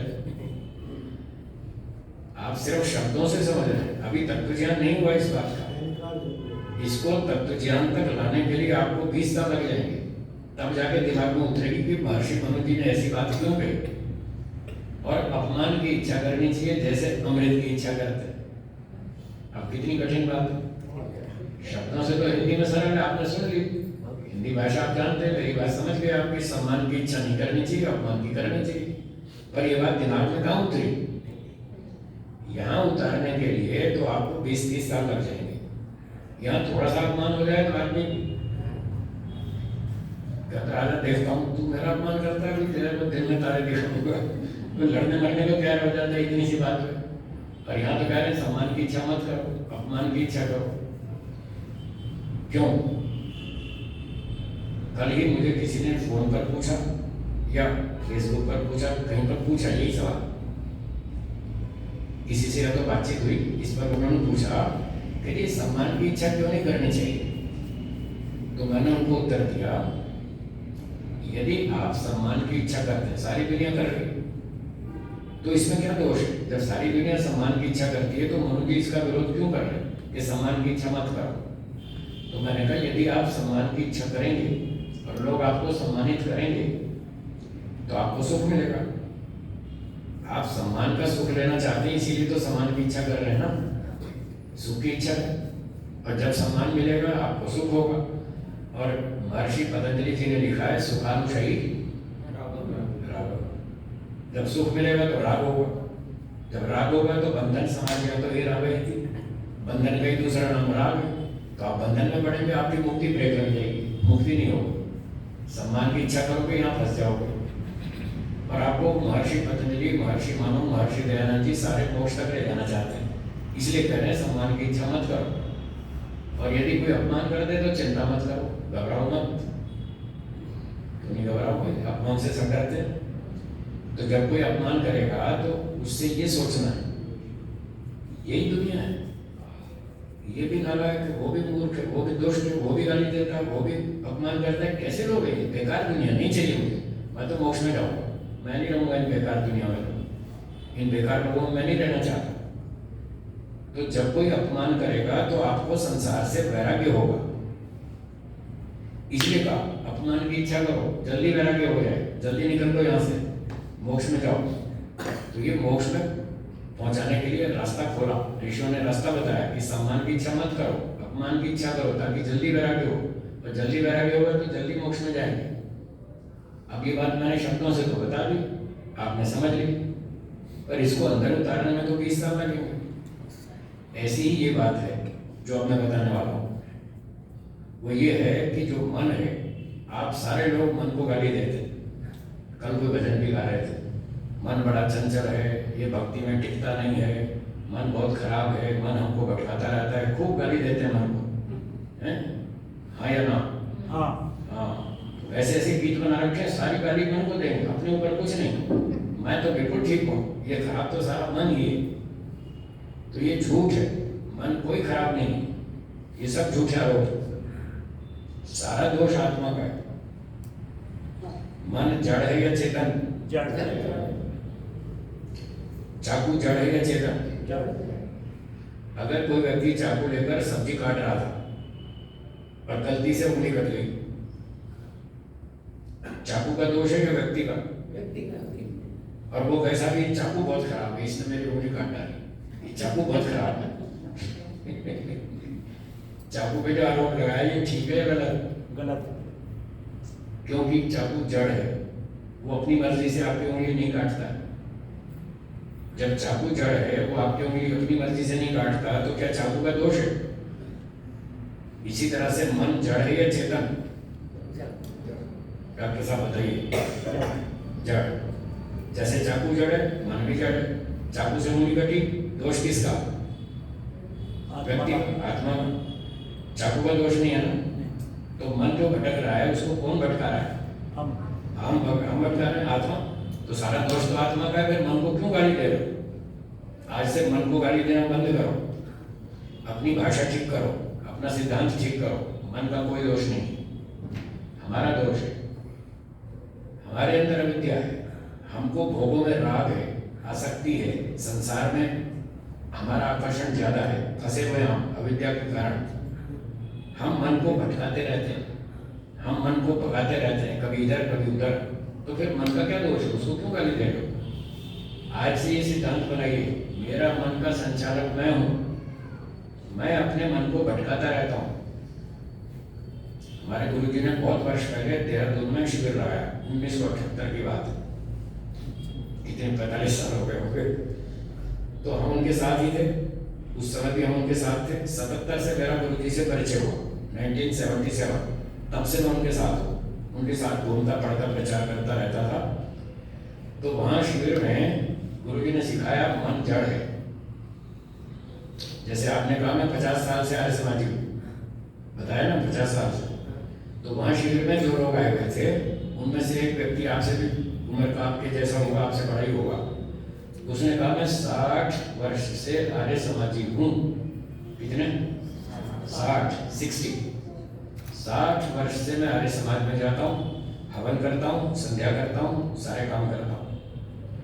मुझे आज इस शिविर में पहली बार ये सुनने को मिला कि मन जड़ है। बोलो, 60 साल हो गए आर्य समाज में, उसको यही पता नहीं चला मन जड़ है या चेतन। पता नहीं किसी वक्ता ने सुनाया या नहीं सुनाया, अथवा सुनाया भी हो तो उसने पकड़ी नहीं बात। दोनों बातें हो सकती हैं। जब 60 साल तक व्यक्ति को यही पता नहीं चला मेरा मन जड़ है या चेतन, वो क्या मन का कंट्रोल करेगा? तो जो मन का कंट्रोल करना चाहते हैं, मन का नियंत्रण करना चाहते हैं, सबसे पहला सिद्धांत ये समझ लीजिए, मन जड़ है। क्या बोला? हाँ, आज से ये सिद्धांत बना के सारे दिन भर यही काम करना, 17 घंटे मन जड़ है, ये मान के सारा दिन काम कीजिए। तो धीरे धीरे आपको समझ में आएगा कि हाँ मन जड़ है, मेरी इच्छा से चलता है। मैं जिधर चलाऊंगा ये उधर चलेगा, मैं नहीं चलाऊंगा तो नहीं चलेगा। जैसे चाकू अपनी इच्छा से नहीं चलता है, मेरी इच्छा से चलता है। स्कूटर मेरी इच्छा से चलता है, कार मेरी इच्छा से चलती है, क्योंकि ये सारी चीजें जड़ है। मशीन मेरी इच्छा से चलती है, कंप्यूटर मेरी इच्छा से चलता है, मोबाइल फोन मेरी इच्छा से चलता है, मन भी जड़ है, वो भी मेरी इच्छा से चलता है। तो इस प्रकार से आपको दिन भर अभ्यास करना होगा, फिर धीरे धीरे समझ में आएगा कि हाँ मन जड़ है। फिर ध्यान में बैठ के चेक करें मेरे मन में कौन सा विचार चल रहा है। जो भी चल रहा है मैं चला रहा हूं, ये अपने आप नहीं आ रहा है। मन में कोई विचार अपने आप नहीं आता है, मैं लाता हूं। ये सिखाया गुरु जी ने आपको 45 साल पहले। तो हमने वैसे ही सीखा और वैसे ही प्रैक्टिस किया, अभ्यास किया, धीरे धीरे हमको समझ में आ गया कि मन का संचालक मैं हूँ, मेरी इच्छा के बिना मन कहीं नहीं जाएगा। बैठकर एक्सपेरिमेंट किया एकांत में कि मन में जो विचार उठते हैं वो मेरी इच्छा से और मेरे प्रयत्न से उठते हैं। आपके मन में जो विचार उठते हैं वो आपकी इच्छा और आपके प्रयत्न से उठते हैं। दो कारण हैं मन में विचार उठने के, एक इच्छा और एक प्रयत्न। कौन से दो कारण? इसके बिना कोई विचार नहीं उठेगा। जैसे साइंस में नियम होते हैं ना, आप बटन दबाएंगे तो पंखा चलेगा। क्या बिना बटन दबाए, बिना करंट सप्लाई किए क्या पंखा चलेगा? ठीक है ना, ये नियम है। जब तक इलेक्ट्रिक करंट सप्लाई नहीं करेंगे तब तक पंखा नहीं चलेगा, तब तक बल्ब नहीं चलेगा, ट्यूबलाइट नहीं जलेगी, जब तक आप करंट सप्लाई नहीं करेंगे। ये नियम है पक्का 100%। ठीक इसी तरह से ये भी नियम है कि जब तक मैं मन को प्रेरित नहीं करूंगा, जब तक मैं मन में इच्छा पैदा नहीं करूंगा, मन में कोई विचार नहीं आएगा। वो तो जड़ पंखे की तरह से, उसको करंट सप्लाई मैं करूंगा। मैं चेतन हूं। चेतन आत्मा में इच्छा भी है और प्रयत्न भी है। क्या बोला? दोहराइए। इच्छा भी है और प्रयत्न भी है। ये दोनों गुण चेतन वस्तु में होते हैं, जड़ में नहीं होते। जड़ वस्तु में ना इच्छा होती है ना प्रयत्न। जड़ वस्तु में गति होती है, मोशन होती है, प्रयत्न नहीं होता। पृथ्वी घूम रही है या नहीं? ये गति है, मोशन है, गति है, पर वो स्वयं नहीं घूम रही, कोई उसको चला रहा है। पृथ्वी स्वयं चल रही है या कोई चला रहा है? कोई चला रहा है। कार स्वयं चलती है, कोई चलाता है? कोई चलाता है। तो कार जड़ वस्तु है, वो स्वयं नहीं चलती है, कोई उसको चलाता है। जो चलाता है वो चेतन होता है, ड्राइवर चेतन है, वो कार को चलाता है, अपनी इच्छा से चलाता है, अपने प्रयत्न से चलाता है। तो जैसे कार चलाने के लिए दो मुख्य कारण हैं, इच्छा और प्रयत्न। जब तक ड्राइवर कार चलाने की इच्छा नहीं करेगा, इच्छा करने पर भी जब तक वो प्रयत्न नहीं करेगा, तब तक कार नहीं चलेगी। बैठ गया वो ड्राइविंग सीट पर, इच्छा भी कर ली, कार चलनी चाहिए, फिर भी नहीं चल रही। क्यों नहीं चल रही? प्रयत्न नहीं किया। जब प्रयत्न करेगा तब चलेगी। तो इच्छा भी होनी चाहिए, प्रयत्न भी होना चाहिए, तब कार चलेगी। वो जड़ है। यही नियम मन के ऊपर लागू होता है। मन भी कार की तरह से जड़ है। जब तक ड्राइवर चेतन आत्मा की इच्छा नहीं होगी, जब तक वो प्रयत्न नहीं करेगा, मन में कोई विचार नहीं आएगा। इस साइंस को सीखिए और समझिए, फिर इसका अभ्यास कीजिए और चेक कीजिए। थोड़े दिनों में पता चल जाएगा कि मैं आत्मा हूँ, मैं चेतन हूँ, मुझमें इच्छाएं भी हैं और मैं प्रयत्न भी करता रहता हूँ, सारा दिन छेड़ता रहता हूँ मन को, फिर फटाफट विचार आते रहते, वो मैं ही लाता हूँ। ऐसा विचार बनाए, ऐसी भाषा बोलें। आपको भाषा भी बदलनी पड़ेगी। आपकी भाषा क्या है? ये मन बड़ा खराब है, मन बड़ा चंचल है, मन मानता ही नहीं है, ये भाषा गलत है, ये झूठ है। इसको भाषा को ठीक करें। मैं चंचल हूँ, मैं मन को ठीक से नहीं लगाता, ईश्वर में नहीं लगाता, संसार में लगाता हूँ। ऐसी भाषा बदलनी पड़ेगी आपको, तब आपके सर पे दोष आएगा। जब दोष आएगा तो आपको थोड़ी हलचल होगी कि मैं ऐसा क्यों कर रहा हूँ। एक आदमी कहता है साहब मैं गुस्सा कर लेता हूँ, तो दूसरा कहता है क्यों गुस्सा करते, ठीक करो। और जब वो ये कहे साहब मैं तो गुस्सा नहीं करता, ये मन बहुत खराब, तो वो अपना दोष स्वीकार नहीं कर रहा, तो वो क्या ठीक करेगा? तो अपना दोष स्वीकार करें, फिर आपके ऊपर जोर पड़ेगा कि मैं दोष क्यों कर रहा हूँ, मैं मन को क्यों भटका रहा हूँ, संसार में क्यों भटका रहा हूँ, इधर चंचल क्यों बना रहा हूँ, मुझे ये काम नहीं करना है, मुझे इसको बंद करना है। ऐसे जब अपने ऊपर दोष आएगा तब आपका सुधार होगा, नहीं तो नहीं होगा। 50 साल या 50 जन्म भी नहीं होगा। तो पहला ये सिद्धांत स्वीकार करें, मन जड़ है, वो स्वयं कहीं नहीं जाता, मैं चेतन आत्मा हूँ, मैं मन को चलाता हूँ। जैसे चेतन ड्राइवर कार को चलाता है, ऐसे चेतन आत्मा मन को चलाता है। तो मन को कैसे चलाता है? इच्छा और प्रयत्न से। अब ये हो गई थ्योरी। अब 2 मिनट का प्रैक्टिकल करेंगे, जिससे आपको समझ में आए कि हाँ, मन को मैं ही चलाता हूँ, मेरी इच्छा से चलाता हूँ, मेरे प्रयत्न से चलाता हूँ। तो अब 2 मिनट का प्रैक्टिकल करेंगे। चलिए, कमर सीधी, गर्दन सीधी, आंखें बंद। जैसा मैं कहूं मन में वैसा ही सोचिएगा। अपनी सारी इच्छा को मेरे शब्दों के साथ जोड़ लीजिए। मन में ऐसा सोचिए, आप अपने घर पर बैठे हैं, ड्राइंग रूम में, जहां आपके अतिथि मित्र आते हैं, बैठते हैं। अतिथियों को आप बिठाते हैं, बातचीत करते हैं, स्वागत करते हैं। उस स्थान पर ड्राइंग रूम में आप बैठे हैं। सामने टेबल पर एक अखबार पड़ा है। आपने अखबार उठाया और पढ़ने लगे हेडलाइंस। हिमाचल और कश्मीर में भारी बर्फ पड़ी और एक फोटो भी था बर्फबारी का। आपने अखबार में सूचना भी पढ़ी और फोटो भी देखी। बस इतने में डोरबेल बजी।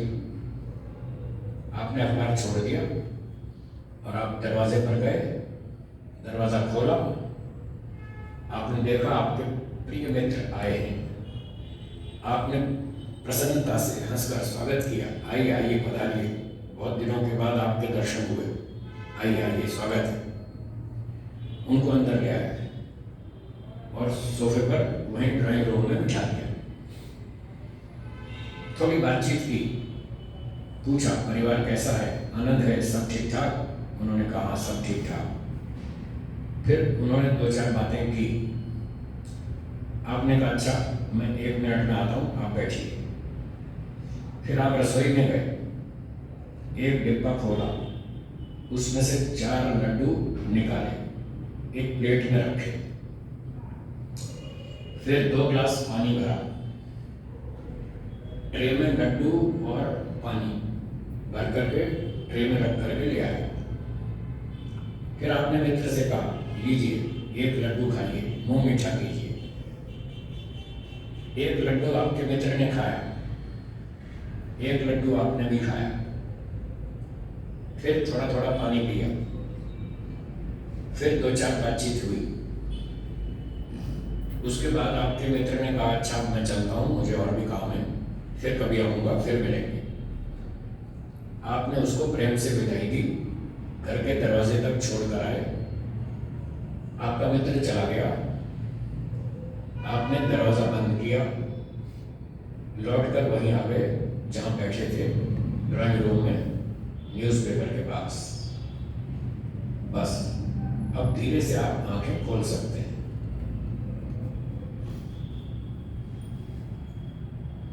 हाँ जी, अब बताइए, जैसा मैंने कहा आपने ऐसा किया? हाँ। वही सीन दिखाई दिया जो मैं कह रहा था, वही किया ना?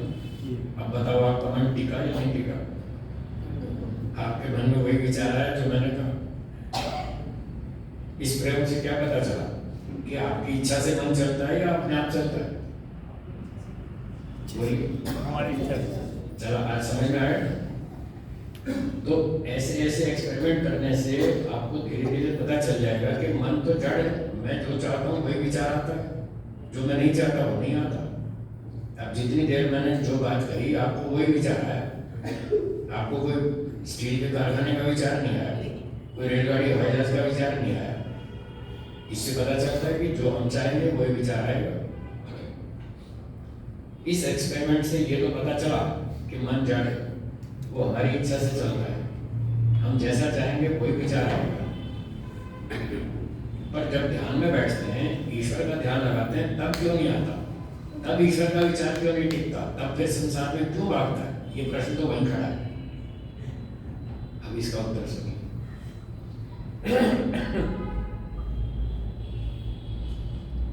लड्डू का विचार मन में आता है, मित्र का विचार मन में आता है, खाने पीने का आता है, घूमने फिरने का आता है, शॉपिंग का आता है, फिल्म देखने का आता है, कार ड्राइविंग का आता है, मॉल का विचार आता है। पर ईश्वर का विचार क्यों नहीं टिकता? इसलिए नहीं टिकता, ईश्वर में रुचि नहीं है। क्या बोला? दोहराइए। ईश्वर में रुचि नहीं है। मन का मनोविज्ञान है।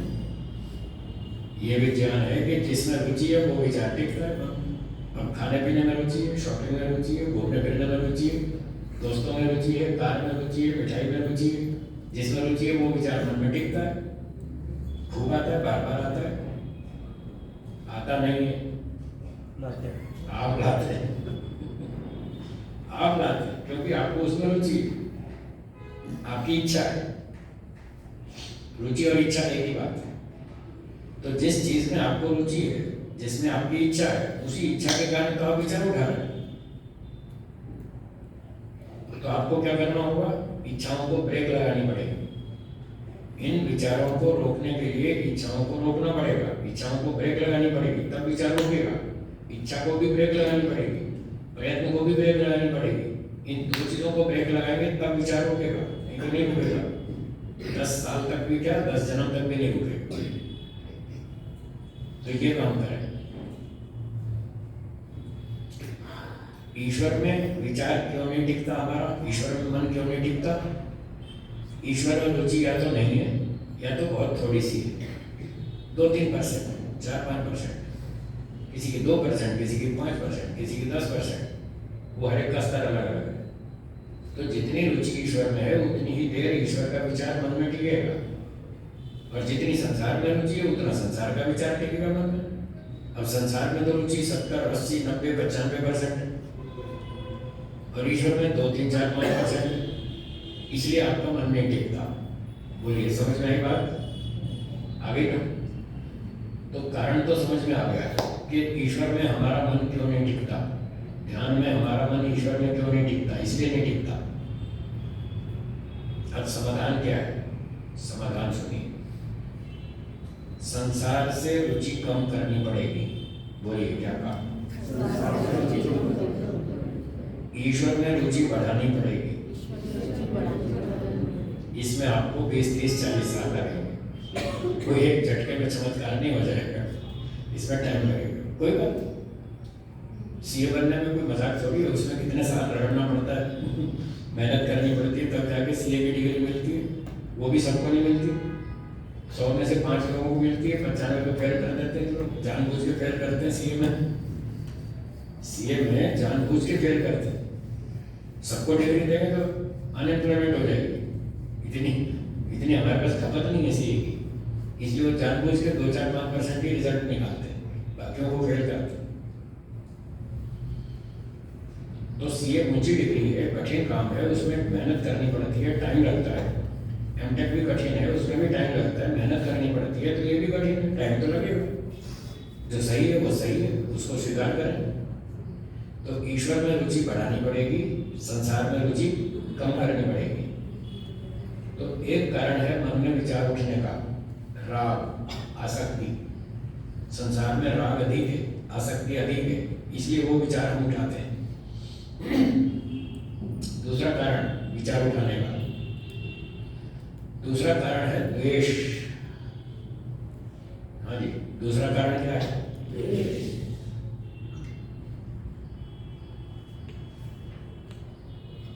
संसार की कुछ चीजों में राग है और कुछ चीजों में द्वेष है।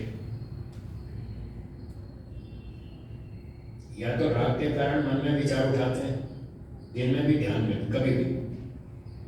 जब भी आप कोई विचार मन में उठाएंगे, उसका कारण या तो राग है या द्वेष है। मिठाई को याद करते हैं, हलवे को याद करते हैं, खीर पूरी को याद करते हैं, आभूषण को याद करते हैं, क्यों? उसमें राग है। और या फिर किसी अपने दुश्मन को याद करते हैं कि वो फलाना बहुत दुष्ट है, बहुत तंग किया उसने, मेरा भी अवसर आने तो उसको दिन में तारे दिखाऊंगा। ऐसी ऐसी योजना बनाते रहते हैं। वो विचार आता है दुश्मन का, शत्रु का, क्यों आता है? उससे द्वेष। चाहे दिन का समय हो, चाहे ध्यान का समय हो, कोई भी समय हो, आपको राग द्वेष 24 घंटे पीछे लगा रहता है। चलो 7 घंटा तो सो गए, 17 घंटे सुबह से रात तक दिन भर राग द्वेष चलता रहता है। उसी वजह से सारे दिन विचार उठते हैं। तो इस राग द्वेष को कम करना पड़ेगा, इसको ब्रेक लगानी पड़ेगी, इसको कमजोर करना पड़ेगा, इसको खत्म करना पड़ेगा। जब ये राग द्वेष कम होगा संसार में, तो उतना ही उसका विचार भी कम होगा। जो राग द्वेष से उठ रहा विचार वो कम हो जाएगा। और ईश्वर में रुचि बढ़ानी पड़ेगी, उससे ईश्वर का विचार उठने लगेगा, देर तक टिकेगा। जितनी रुचि अधिक होगी और स्थिरता से होगी ईश्वर में, उतनी देर तक, उतनी स्थिरता से आपके मन में ईश्वर का विचार टिकेगा। ये काम करना पड़ेगा। तो अपने दिन भर के काम भी करते रहिए, ऑफिस जाइए, नौकरी कीजिए, व्यापार कीजिए, सारे काम कीजिए। 1-2 घंटा बीच में टाइम निकालिए। सारा 12 घंटे धंधे व्यापार में खर्च नहीं करना, 1-2 घंटा वहां से टाइम बचाइए। मान लो 1 घंटा भी चलो निकालते हैं आप सारे दिन में, उस काम धंधे को करने के बाद 1 घंटा जो एक्स्ट्रा टाइम आपने निकाला, उसमें से आधा समय, आधा घंटा तो इस बात पर लगाइए कि संसार दुखदायक है। क्या बोला? संसार बेकार है। और कठोर भाषा बोलो, मैंने कल कहा था ना, कभी कभी कठोर भाषा बोलता हूँ जानबूझ के, छेड़ने के लिए, थोड़ा चुभ है आपको, छुपाने के लिए, ताकि आप जल्दी निकले, नहीं तो यहीं फंसे रहेंगे। तो ये संसार दुखों का घर है। और कठोर बोलो, ये संसार कचरा पेटी है। ऐसे 2-4 वाक्य रट के रखो दिमाग में, तभी राग छूटेगा, नहीं तो नहीं हटेगा। जब रोग बढ़ जाता है तो गोली टैबलेट से काम नहीं चलता है, फिर कैप्सूल देते हैं, फिर कैप्सूल से काम नहीं चलता तो इंजेक्शन लगाते हैं डॉक्टर लोग, और जब इंजेक्शन से भी नहीं चलता तो फिर ऑपरेशन चलता है, फिर काटपीट करते हैं। तो मेरा ये ऑपरेशन वाला काम, घबराना नहीं, ये ऑपरेशन वाला काम है। ये संसार दुखों का घर है, ये कच्चा पेटी है, इसमें क्या रखा है? कुछ नहीं, बेकार, छोड़ो।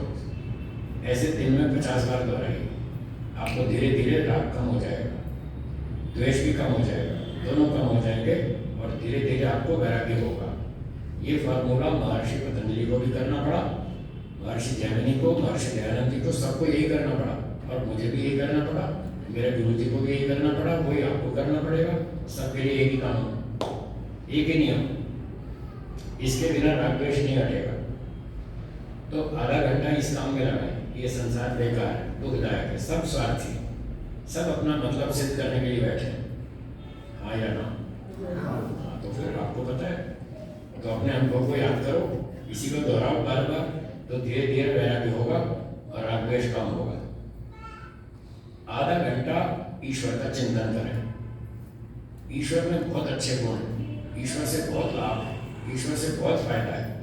दिन में आधा घंटा इस बात पर विचार करें तो ईश्वर में रुचि बढ़ेगी। संसार के दोष देखें, उससे रुचि कम होगी। ईश्वर के गुण देखें, उसमें रुचि बढ़ेगी। ये दो काम आपको दिन में करने होंगे। अगर करेंगे तो धीरे धीरे आपका मन कंट्रोल में आएगा, आपका वैराग्य बढ़ेगा, और वैराग्य से और अभ्यास से मन के विचार उगते हैं। ये पतंजलि महाराज ने बता रखा है, अभ्यास वैराग्याभ्याम तन्निरोधः, ये है वैराग्य, ये विचारों को रोकेगा, ऐसा अभ्यास कीजिए।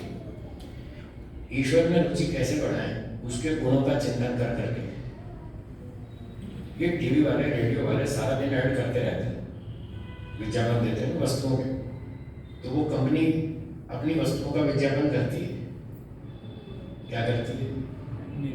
Washing powder Nirma, washing powder Nirma, दिन भर 20 बार दिखाते हैं। ये निर्मा वॉशिंग पाउडर, दूध से सफेदी, निर्मा से आए, कपड़ों का रंग खिल जाए। अब जब 20 बार दिखाएंगे तो आपके सर में उसका असर पड़ेगा कि नहीं? पड़ेगा ना। इसलिए लोग जाते हैं दुकान पे, कहते हैं कि वॉशिंग पाउडर निर्मा दो, वो निर्मा की मांग करते हैं, और फिर वो कहते हैं 2 पैकेट खरीदो, तीसरा फ्री में। अब बताओ, जब फ्री में मिल रहा तो क्यों नहीं लेंगे? जब ये निर्मा वाले और कंपनी वाले, साबुन वाले, क्रीम वाले, पाउडर वाले, जो भी छोटी छोटी कंपनी वाले अपनी वस्तु के गुण बता बता कर जनता के मन में रुचि पैदा कर देते हैं, और लोग जाते ही वो सामान खरीदते हैं। तो ऐसे ही इसी कानून से, इसी नियम से, यदि ईश्वर के गुणों का भी बार बार चिंतन करें, बार बार सुने, बार बार पढ़ें, बार बार दोहराएं, तो क्या ईश्वर में रुचि पैदा नहीं हो सकती? बस तो ये करना। आर्य समाज का दूसरा नियम, उसको सारा दिन पढ़ते रहिए, रटते रहिए, जब भी फुर्सत मिले उसको पढ़िए। ईश्वर सच्चिदानंद स्वरूप, निराकार, सर्वशक्तिमान, न्यायकारी, आनंद स्वरूप, बार बार दोहराइए, आनंद स्वरूप ईश्वर।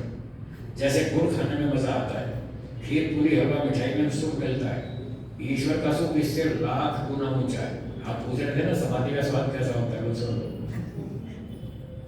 जितना सुख आपको मिठाई में मिलता है, अथवा जो आपकी फेवरेट वस्तु है, जो आपको बहुत पसंद है, फर्स्ट प्रेफरेंस है जिस वस्तु को, जितना सुख उसमें मिलता है, ईश्वर का सुख इससे 1 लाख गुना हाई क्वालिटी का है। ऐसे दिन में 50 बार दोहराइए। तो जब आपको खीर, पूरी, हलवे में रुचि हो जाती है, तो ईश्वर में रुचि क्यों नहीं होगी? उसमें तो 1000 गुना नहीं, लाख गुना ऊंचा सुख है, उसमें भी हो जाएगी। टाइम लगाना पड़ेगा, समय निकालना पड़ेगा, दुनियादारी से थोड़ा हटें, थोड़ा टाइम बचाएं, ऐसा चिंतन करें, रिजल्ट जरूर आएगा, गारंटी। और बोला यही करना पड़ेगा। ठीक है जी? हाँ, कोई प्रश्न पूछ रहे तो बताइए। प्रैक्टिकल इसका हम शाम को कराएंगे, अब समय नहीं है। शाम को आपको ध्यान भी कराएंगे, और इसके बारे में थोड़ी बातें और बतानी है, वो बता करके फिर हम ध्यान करेंगे। जी।